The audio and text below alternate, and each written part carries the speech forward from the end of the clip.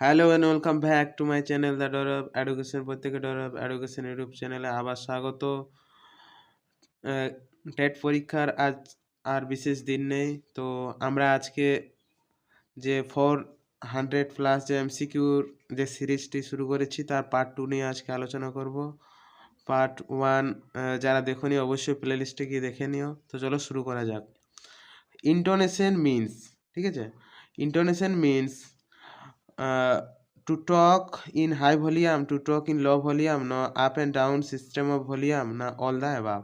ঠিক আছে, তাহলে ইন্টোনেশন বলতে এখানে স্বরভঙ্গি বোঝানো হয়েছে। ঠিক আছে, তো স্বরভঙ্গি বলতে এখানে to talk in high volume অর্থাৎ জোরে কথা বলা, to talk in low volume অর্থাৎ আস্তে কথা বলা, না up and down system of volume. ঠিক আছে, অর্থাৎ স্বরের যে কম্পাঙ্ক, ঠিক আছে, এটা তো আমাদের ওঠানামা হয় তাই না, তাহলে up and down system of volume, তাহলে স্বরের ওঠানামাটা হবে এখানে সঠিক উত্তর। নেক্সট, স্ক্যানিং মিনস to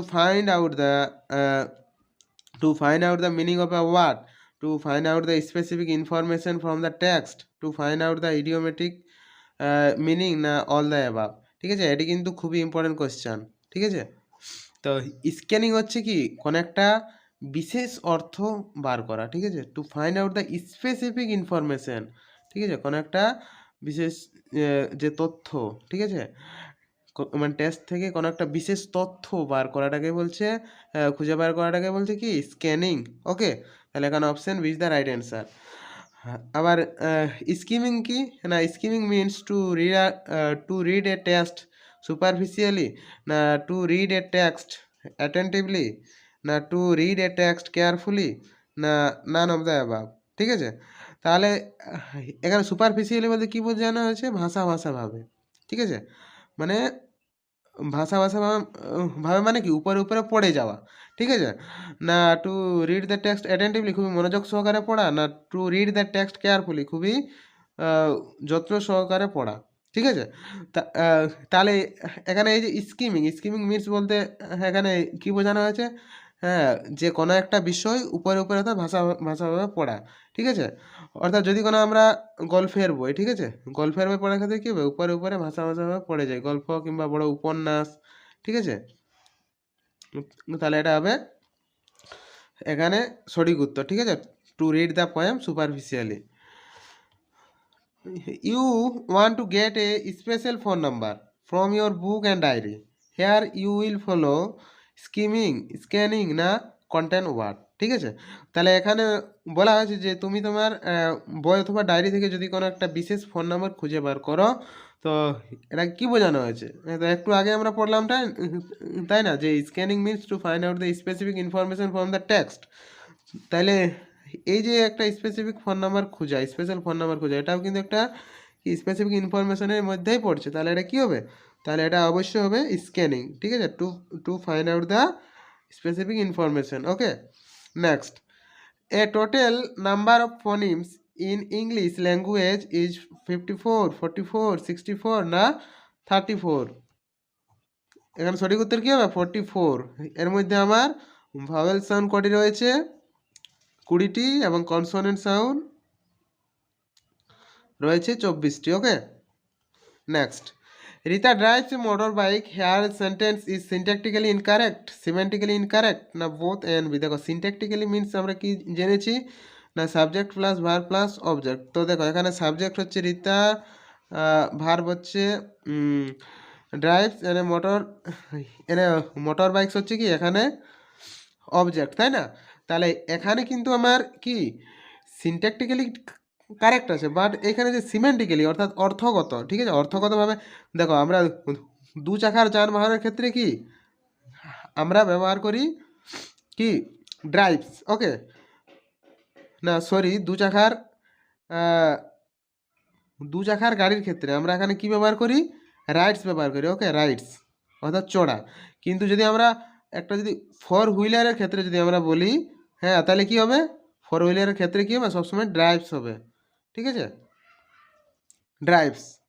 হ্যাঁ, কিন্তু এখানে কি বলেছে, Rita drives a motor bike, তাই এখানে আমার অর্থগত দিক দিয়ে কিন্তু ভুল রয়েছে। ঠিক আছে, মানে এটা কিন্তু কি হতো, রাইটস হতো, তাই এখানে কি সিমেন্টিক্যালি ইনকারেক্ট। ওকে, চলো next, real learning occurs when student get active to learn. The teacher get active to teach but student get passive. না present get active, sorry parents get active, না ঠিক আছে। তাহলে রিয়েল লার্নিং, ঠিক আছে, রিয়েল লার্নিং অর্থাৎ প্রকৃত শিখন ঘটে কখন, যখন কি আমার স্টুডেন্টরা অ্যাক্টিভলি ভাবে কি আমার শিখে, ঠিক আছে। যখন স্টুডেন্টরা অর্থাৎ ছাত্রছাত্রীরা যখন অ্যাক্টিভলি অর্থাৎ সক্রিয়ভাবে যখন তারা শেখে, সেটাকে প্রকৃত শিখন বলবো। হ্যাঁ, মানে অবশ্যই অপশন ঠিক হতে পারে। Teacher get active but student passive, তাহলে অপশনটি হবে না। প্যারেন্টস গেট অ্যাক্টিভ, দেখো পিতা আমাদের সক্রিয় হলে কি হবে না, এখানে মোস্ট অ্যাপ্রোপ্রিয়েট অ্যান্সার কি হবে না, student get active to learn, ঠিক আছে, যখন তারা সক্রিয়ভাবে শিখবে। Life is an had as iron, life is as hard as iron, here we are using, ঠিক আছে। তাহলে কি জীবন আমার লোহার মতো কি শক্ত কঠিন, ঠিক আছে। তো এটার দ্বারা কি বোঝানো হয়েছে, ঠিক আছে, হেয়ার উই আর ইউজিং, হ্যাঁ এটা আমরা ব্যবহার করেছি যে পার্সনিফিকেশন অর্থাৎ ব্যক্তিত্বের ক্ষেত্রে, না সিমিলি অর্থাৎ কোনো বাহ্যিক তুলনা বোঝাতে, না মেটাফোর অর্থাৎ কোনো আভ্যন্তরীণ তুলনা বোঝাতে। এই টার্মগুলো কিন্তু খুবই ইম্পর্টেন্ট, ঠিক আছে, এটা কিন্তু মনে রাখতে হবে। বাহ্যিক কোনো তুলনা, বাহ্যিক তুলনা বোঝাতে এটি ব্যবহার করা হয় সিমিলি, হ্যাঁ। আবার মেটাফোর কি, মেটাফোর হচ্ছে অভ্যন্তরীণ তুলনা বোঝাতে, তাই না, কোনো অভ্যন্তরীণ তুলনা বোঝাতে ব্যবহার করা হয়, না নান, ঠিক আছে। তো পার্সনিফিকেশন মানে কি ব্যক্তিত্ব, তাই না। তো এখানে কি বলছে, জীবন একটা কি লোহার মতো শক্ত, ঠিক আছে। তো এটা কিন্তু আমাদের বাহ্যিক কোনো বস্তুকে তুলনা করা হচ্ছে, তাই এটা কি হবে, এখানে হবে সিমিলি। ওকে, চলো next. Teaching and learning is a journey from concrete to abstract, known to unknown, না সিম্পল টু কমপ্লেক্স, ঠিক আছে। তাহলে teaching and learning is a journey from কী হবে, কংক্রিট অর্থাৎ মূর্ত থেকে বিমূর্ত, জানা থেকে অজানা, সরল থেকে কঠিন, তাহলে এগুলো সবই হবে সঠিক উত্তর, তাই না। Next, the method of teaching English adopted at present in school curriculum, ঠিক আছে। ফরমেশন কোরিলেশন অ্যাপ্রোচ, না ফান্ডামেন্টাল কমিউনিকেটিভ অ্যাপ্রোচ, না ফাংশনাল কারেক্ট অ্যাপ্রোচ, না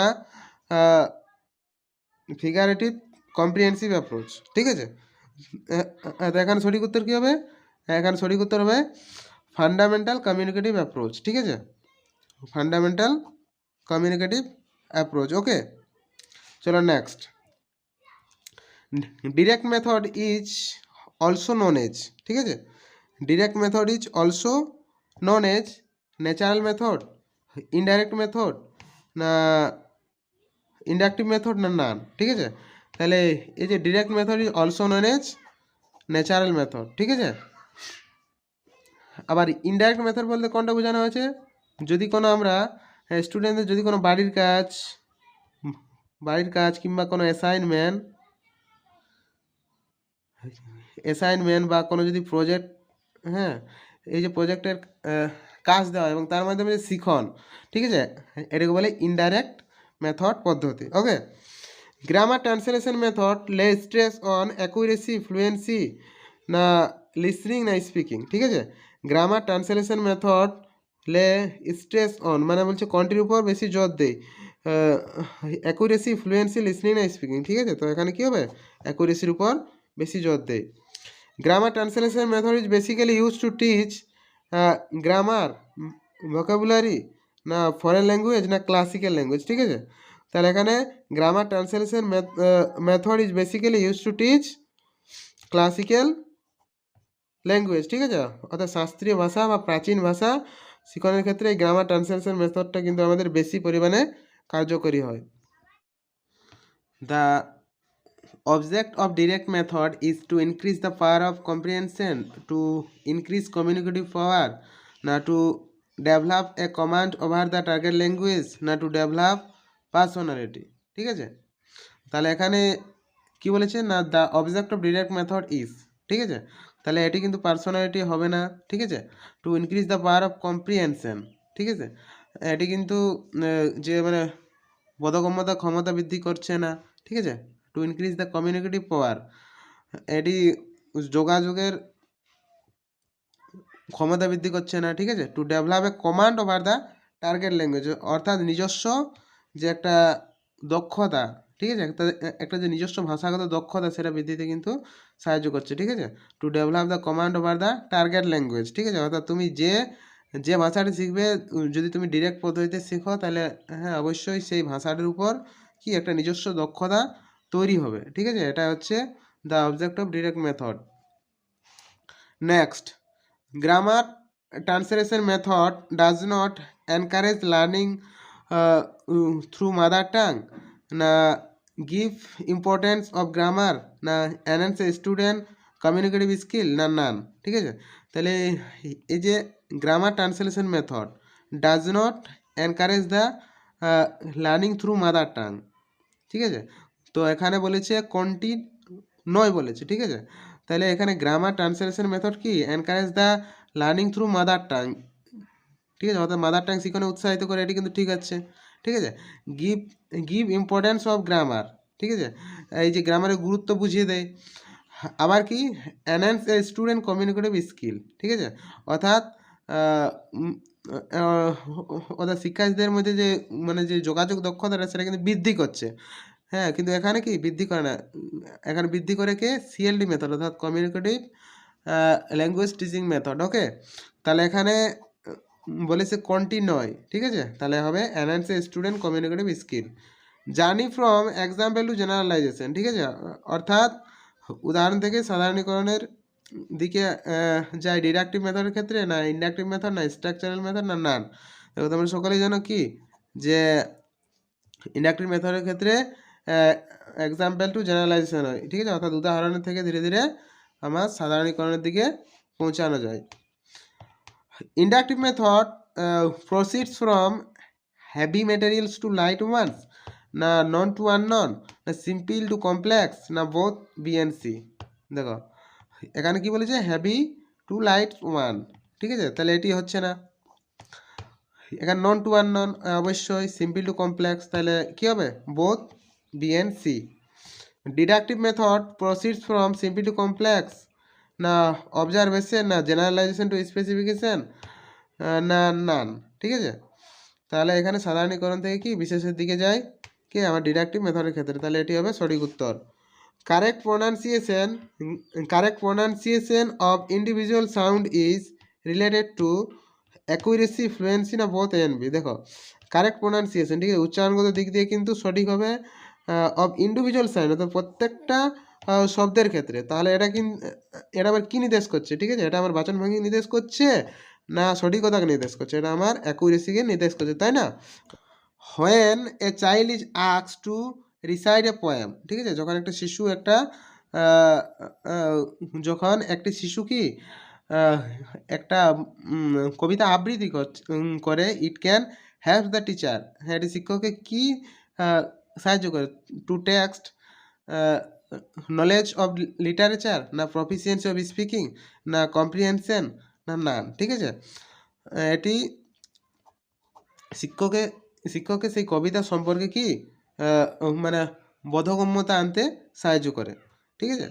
for teaching grammar the best grammar that a teacher can use is traditional grammar, না প্যাডাগজিক্যাল grammar, না modern grammar, নান, ঠিক আছে। For teaching grammar, ঠিক আছে, অর্থাৎ গ্রামার শিক্ষাদানের ক্ষেত্রে the best grammar that a teacher can use, ঠিক আছে। তাহলে সব থেকে যে গুরুত্বপূর্ণ ব্যাকরণ that a teacher can use, যেটা একজন শিক্ষক কি ব্যবহার করে থাকেন, সেটা কি প্যাডাগজিক্যাল গ্রামার, অর্থাৎ কি প্যাডাগজি শব্দের অর্থ কি টু লিড দ্য চাইল্ড, ঠিক আছে, তাহলে কি হবে pedagogical grammar. Next, brainstorming means to collect all kinds of ideas on a topic, না to do some mental exercise, না to make effort to understanding something. দেখো এটা তো হবে না, কিছু বোঝার জন্য এটা হবে না, to do the mental exercise, ঠিক আছে। কিন্তু দেখো এটা শুধু যে মেন্টাল এক্সারসাইজ তাই নয়, যে এটি হচ্ছে কি two collect all kind of ideas on a topic, একটা টপিক থেকে যে যত ধরনের ধারণা আসা যায় সবগুলি কি কালেক্ট করা হচ্ছে কি ব্রেন স্টর্মিংয়ের অর্থ, অর্থাৎ কি মস্তিষ্ক প্রক্ষালন, যাকে আমরা বাংলায় বলি। A text of listening is a text of receptive skill না রিডিং স্কিল না প্রোডাক্টিভ স্কিল না হেয়ারিং স্কিল, এখানে কী হবে receptive skill. Okay, remedial teaching